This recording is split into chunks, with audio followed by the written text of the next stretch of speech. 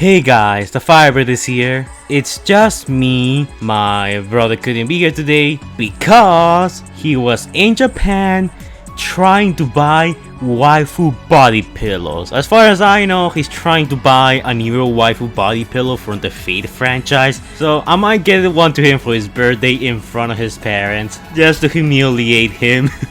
Oh, I might actually do that actually. I don't know, is that too cruel? But anyways, these are the jokes. Hope you guys are enjoying them. Now, in YouTube, what if scenarios are really popular, like what if X event in Y movie happened differently, what if X character survived, what if Y character died. You get the point. If you go on YouTube, you'll find quite a few what if Transformers movie scenarios. What if X character survive? What if this character returns? What if that battle between two Autobots? And so on. Now, I know that Trans Theories made a video talking about what if Ironhide survived. And I'll be honest, I haven't seen it, not because I don't like Trans Theories or anything. I really like the guy, and I'll be down to collab if you're watching this. But the reason why I don't watch all of his videos is because, well, I try my ideas to be as original and separated from his as possible. Otherwise, I'm gonna get those people who show up in my comment section saying that I'm stealing from Trans Theories. In order for my what if theory to be as original as possible, I opted not to watch his video. But I do acknowledge that he did it first. So, you know, if you guys want to check that video out after this one to tell me how similar or how different my theory was from his, you know, links gonna be in the comments down below and in the description for you to check out after this. But anyways, Ironhide's death in Dark of the Moon is quite controversial, I guess. I think the main reason is because Ironhide was quite a popular movie character. He's probably one of those few characters that belongs to the movies that both movie haters and, you know, people who like the movies actually do agree on being one of the cooler additions to the Transformers movies. Even though back in the day there was quite a huge uproar about him looking a bit too much like Trailbreaker. And honestly, I love Ironhide too. In fact, people love him so much that there's people who hate Dark of the Moon solely on the fact that Ironhide ended up dying. And if you're one of those people, I'm sorry, but that's kind of pathetic. Transformers channel.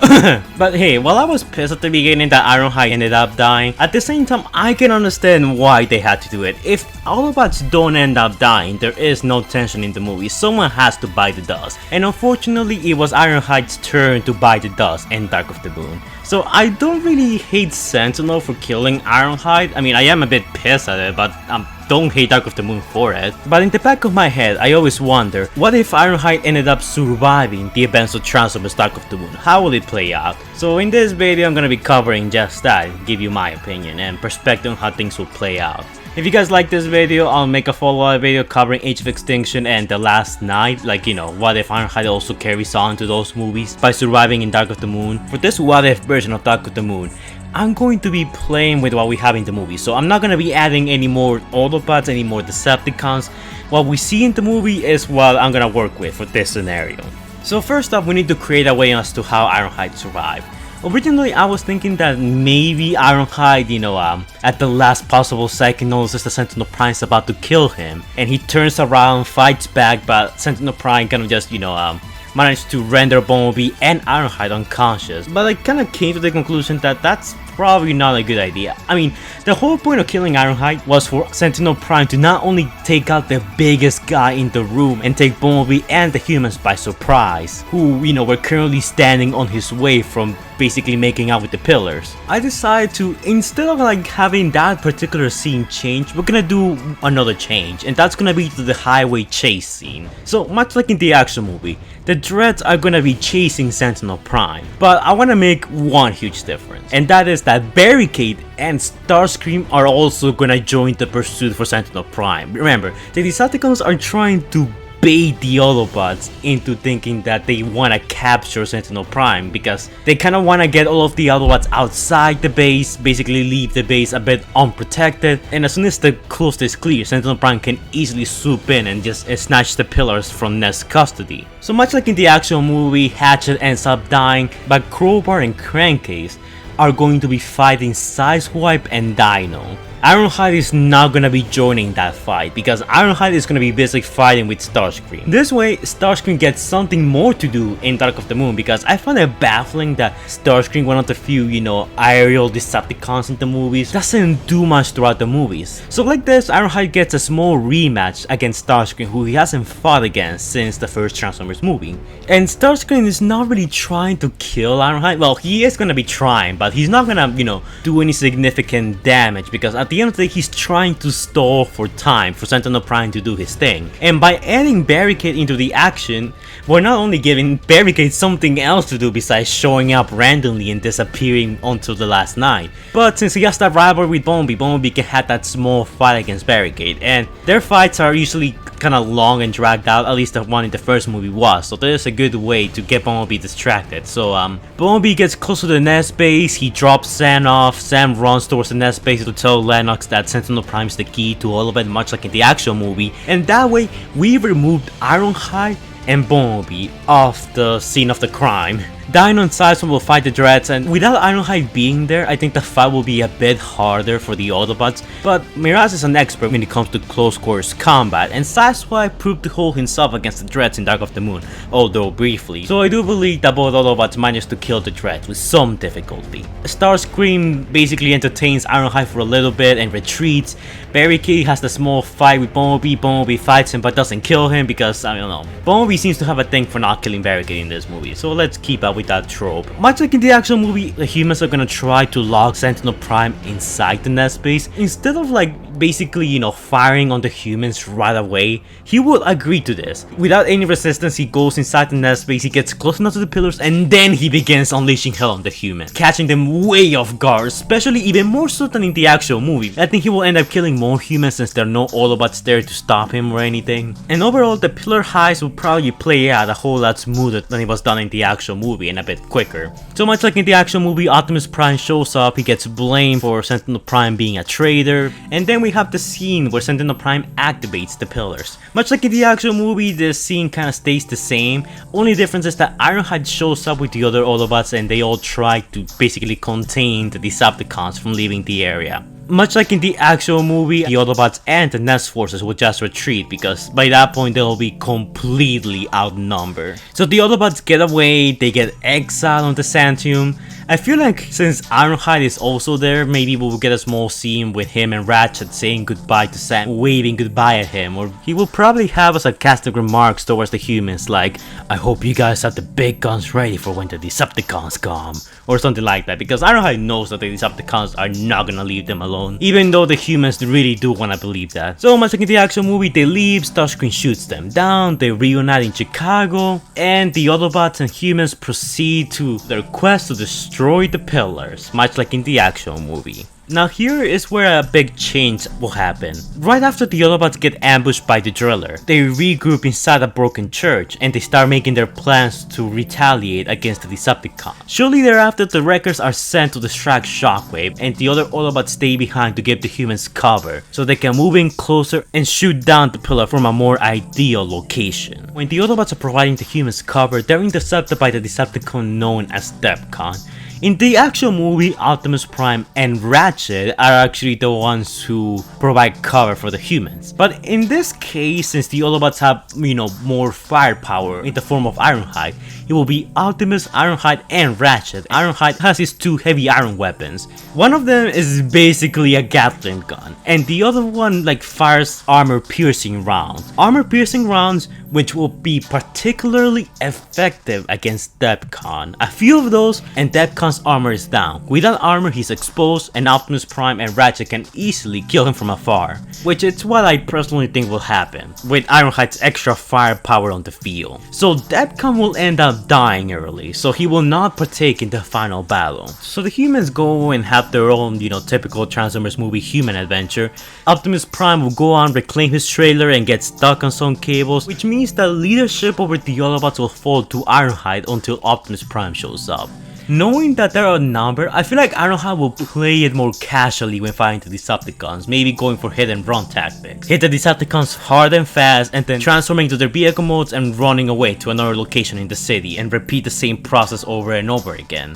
slowly weakening the Decepticons' defenses. Since staying in one group will be too dangerous and it will make the process slower, I do feel like the Autobots will separate into two groups. One led by Ironhide and maybe another one led by Sideswipe. Much like in Dark of the Moon, I do feel like one of the groups will get captured, and I feel like that will most likely be the team led by Sideswipe. Sideswipe, Wheeljack, and Bumblebee are the ones who get captured, which leaves Ironhide, Ratchet, and Mirage as the remaining Autobots who are still out there and are being pursued by the Decepticons. So much like in the actual movie, the humans make it to the scene and they're about to execute their prisoners. In the movie, the execution was interrupted due to Brains and Wheelie hijacking one of the Decepticons' ships. In this scenario, and I think this will be really cool and a really good way to incorporate Stealth Force, Ironhide, Ratchet, and Mirage show up in their Stealth Force. The whole point of Stealth Force is that you got the best of both worlds. You have the weaponry that you use typically in your robot mode, but you also have the speed of your vehicle mode. This way we can sell more toys, this way we can put that concept into action, because besides the beginning of the movie and the whole fight with the dreads, that was never used again and it was kind of a waste. This way it's relevant, and honestly I just love Stealth Force. Stealth Force is one of those concepts that I actually really do like, and was kind of upset that he never came back for Age of Extinction and The Last Knight. And by being in Stealth Force, the Autobots are basically stacked with weapons, so they can hit more than one target. So imagine ballistic rounds, plasma rounds, grenades, missiles just going here and there, and it's basically chaos all over again, much like it was done in the actual movie. So Ironhide will rush in trying to save Bumblebee, who was about to be executed. So whilst the Decepticons are caught in the commotion, Ironhide will transform and he will go straight to Soundwave, basically, you know, to save Bumblebee. Somebody in Ironhide will have a small fight, but I think that much like in the actual movie, B will probably be the one who ends up getting the kill on Soundwave because, you know, it's Bumblebee, all of the cool kills have to go to him. So after killing Soundwave, Ironhide's team saves Sideswipe's team. During the commotion, they're able to get away safely. This time no one dies. Like, Wheeljack doesn't die, Dino doesn't die, they all manage to get away safely. And much like in the actual movie, they temporarily retreat and then they regroup with the humans and have their last push against the Decepticons who are protecting the pillars. Now, something to keep in mind is that right now, all of the Autobots are alive, Debcon is dead. The Decepticons will be slightly weaker just because I feel like Ironhide will be more effective at taking out Decepticons throughout the city, but not by much. It wouldn't be a substantial advantage, it would just be something minimal. Just expect to see a few less Decepticons in the final battle. So Ironhide leads the charge against the Decepticons when all of a sudden Optimus Prime shows up. He has his rage moment, he ends up killing Shockwave and then proceeds to fight Sentinel Prime. Now here's where a big change will happen. Unlike in the actual movie, the Wreckers wouldn't be distracted by fighting Debcon. By this point, Debcon will be dead because Ironhide really weakened him with his heavy iron weaponry, and he was finished off by Ratchet and Optimus Prime with their combined firepower. So the Wreckers will be free to join the final fight. They wouldn't just be on the sidelines, preventing more Decepticons from getting into the area. Most of the events from the original film play out much the same, but with one huge difference. And now this is gonna upset some of you guys, but in a Transformers movie, there's always an Autobot dead. In Age of Extinction we had Ratchet, in The Last Knight we had Canopy, Transformers 1 we had Jazz. There's always at least one Autobot dead. And in the actual movie, Sentinel Prime killed Ironhide with the Cosmic Rust gun. Now what's really interesting is that in the actual movie he uses Cosmic Rust during the final battle again, and he used it against Sideswipe, but this time he actually didn't die. Trans theories, again, I know I'm bringing him up a lot in this video, but he made a pretty good theory talking about how Sentinel Prime basically ran out of Cosmic Rust ammo because he basically used it all on Ironhide. So in the final battle, once he used it on Sideswipe, it didn't have the same effect, explaining why this time the gun didn't basically one-shot Sideswipe and basically made him go, "Oh, Mr. Stark, I don't feel so good."